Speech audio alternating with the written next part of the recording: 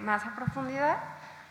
Y bueno, el índice sobre el contenido del documento ya lo había también, le había dado la lectura a la diputada Alma de inicio. Entonces, bueno, vamos a tratar de avanzar lo más rápido posible, ¿no? Primero, esto es algo que surgió pues de esos foros, de esas pláticas, de todas las discusiones en las que hemos estado presentes sobre el tema, ¿verdad? Primero, pues plantear esta situación, ¿no? Que hablar siempre de una reforma al sistema de pensiones, y no únicamente en el caso particular de un sistema estatal de pensión como es el ISTESAC, sino a nivel nacional e internacional, ahorita pues es un tema vigente en la agenda. De hecho, podríamos mencionar casos específicos y muy importantes como lo es el chileno, ¿no? Y lo que aconteció en estos últimos meses, que en gran medida, ahorita no es el momento, pero en gran medida podríamos explicar a través del funcionamiento de lo que allá les llaman las AFP. Bueno, pero como nosotros nos vamos a centrar en este sistema estatal, estos breves comentarios, ¿no? Primero, hablar de esta reforma en el contexto actual, nos ponemos por aquí que nos supone un desafío importante, ¿no? Un enorme desafío a la capacidad de encontrar soluciones que por un lado sean técnicamente viables y por otro lado sean justas a las necesidades y demandas de la sociedad, ¿sí? Aquí estaríamos hablando no solo de la sostenibilidad ni de la suficiencia de los sistemas pensionarios, sino que básicamente nos centramos en esta última parte, ¿no? Que también sean justas a las necesidades y demandas de la sociedad y que no vulneren el derecho de los trabajadores. Bueno, ok, entonces hablamos aquí, bueno, de las circunstancias a las que está sujeto el esquema pensionario del ISTESAC, algunas cosas así muy generales. Bien, esa parte que era lo que yo les mencionaba al inicio, en la primera intervención, en el sentido de que esta problemática lo menos que nos supone a los actores, pues básicamente a la sociedad en general, es involucrarnos, ¿verdad? Involucrarnos con un máximo de responsabilidad para poder plantear algunos posibles escenarios y soluciones a este complejo problema. Bien, ¿qué es necesario? Y que también lo mencionaba hace rato el maestro Marcelino y que suscribo lo que dice. En realidad deberíamos estar todos en una misma mesa para poder estar hablando sobre este mismo tema.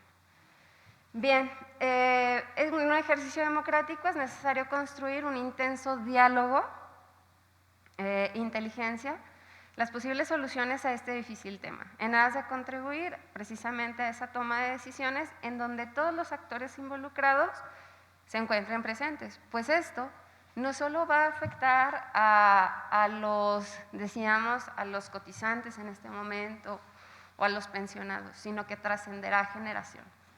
Entonces, pues ver todo esto en su justa dimensión. Muy bien.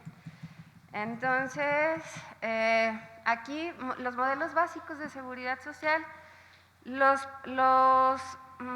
incluimos en el documento a manera de ubicarnos, ¿sí? O sea, de poco a poco irnos ubicando cómo estamos.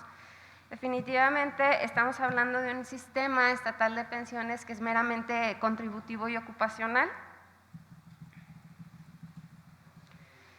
Pero de esto lo que me interesa resaltar pues son los principios bajo los cuales se erigen estos modelos, ¿no? Primero tenemos la universalidad, la comprensividad, la suficiencia de las prestaciones de las que les hablaba hace un momento, la sostenibilidad financiera, pero sobre todo esta parte, ¿verdad? En el punto quinto, la solidaridad y redistribución del ingreso, ¿sí? Que es básicamente, y por lo que nosotros rastreamos y le dimos lectura en los documentos básicos del ISTESAC, uno de los principios sobre los cuales se fundó este instituto.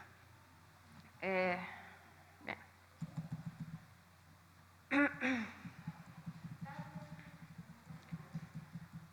Bien, aquí se encuentran algunos otros.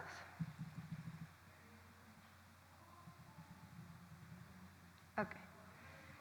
Bien, esta partecita, ¿no? O sea, que este último parrafito de esta página, que si aspiramos a conservar un sistema de pensiones que se rija bajo los principios que ya se expusieron anteriormente, y les digo, sobre todo porque nosotros revisamos y finalmente se encuentran en esa exposición de motivos y cuando se le da vida al instituto en aquel año, entonces, ¿qué necesitamos?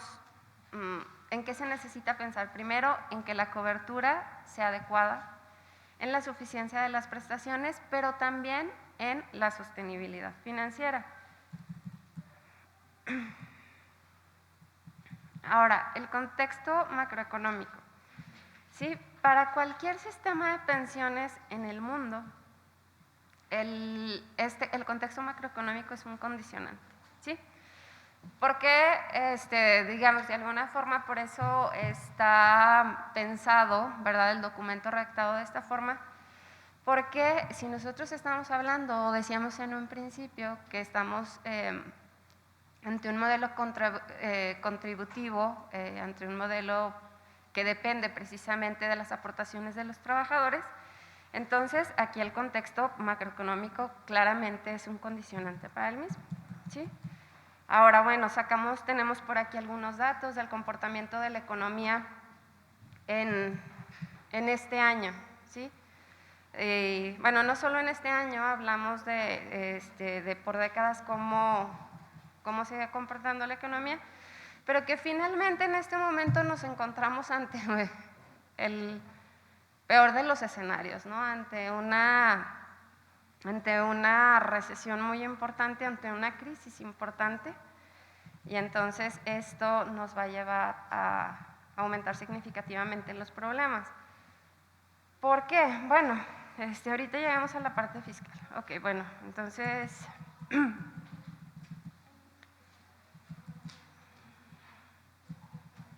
aquí está, ¿verdad? Simplemente nada más por ver la magnitud a lo que nos ha llevado, a lo que nos enfrenta la crisis COVID-19. Este dato es para apenas el segundo trimestre, no teníamos todo, cuando estamos elaborando el documento todavía no salía la medición del tercer trimestre, ya está. Hay una leve recuperación, pero finalmente pues sacando el promedio del año vamos a tener o vamos a estar en uno de los peores años más allá de la crisis, y de hecho ven ustedes aquí el comportamiento de la economía para 2008, 2009, en esta crisis financiera que pues también de alcance mundial, vamos a tener aquí como resultado algo todavía más, una crisis todavía más profunda.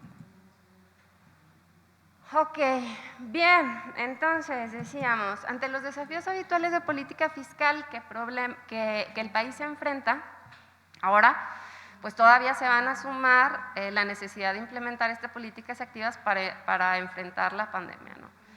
Entonces, a partir de esto, ¿qué es lo que, o sea, la idea no es, les digo, sí nos encontramos en uno de los peores escenarios, pero no por eso, sí, vamos a decir, no, ya no se puede hacer nada, pero creo yo que sí debemos de ser muy conscientes de la realidad de nuestro país para poder plantear algunas soluciones a nuestro problema en específico.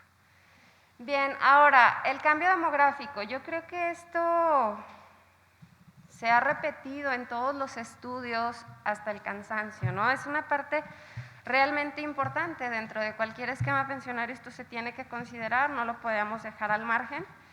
No hay algún hallazgo realmente importante en este sentido, les digo, únicamente actualizamos los datos, los retomamos de algunas otras fuentes que nos parecían las más fiables, ¿no? Entonces aquí nada más mencionamos que la esperanza de vida en la entidad, para cuando se le dio vida al instituto, era de 69 años, ¿sí? Y en la actualidad la esperanza de vida ronda los 75 años, por ahí teníamos 76, pero la cuestión también de la criminalidad, de las muertes por crimen organizado, pues ha hecho disminuir la esperanza de vida en el estado. Ok, y la proyección que hay para 2050 con una esperanza de vida de 79.5 años, ¿sí? Hay algunos datos,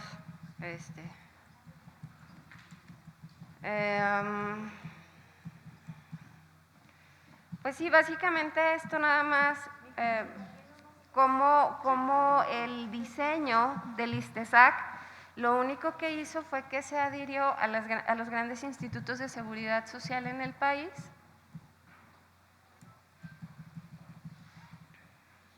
Bien, bueno, esta parte la voy a pasar, es muy sencillo, yo creo que ustedes al darle lectura no es necesario hacer así como que demasiadas aclaraciones.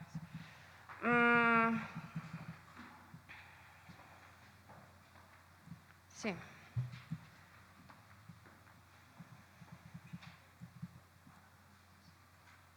Bien, esta parte la voy a pasar un poquito, les digo, creo que está bastante clara, explicada. Ahora me quiero centrar un poquito más en esta parte, en la situación del ISTESAC. Entonces, decíamos, evidentemente, sí, o sea, evidentemente el cambio demográfico, en este caso no podríamos hablar que fue una de las cosas que en las reformas a los grandes institutos de seguridad social en el país se le atribuyó, dado que cuentan con ese esquema también de salud, de atención a la salud, pues el aumento de enfermedades crónico-degenerativas y todo esto. En este caso, eso no aplica, ¿verdad? Pero, una vez dicho lo anterior, el contexto macroeconómico, el cambio demográfico y algunos otros más, vemos que esto solo es una parte del problema, ¿sí? Esto es una parte del problema, entonces hay que considerar algunas otras variables, ¿sí? Bien, entonces dentro de estas variables, esta tabla se retomó de una observación precisamente de la auditoría, ¿sí? O sea, no quiere decir que sean las únicas, pero lo retomamos precisamente de esta fuente, ¿no? Entonces tenemos variables externas, decíamos cambio demográfico en general.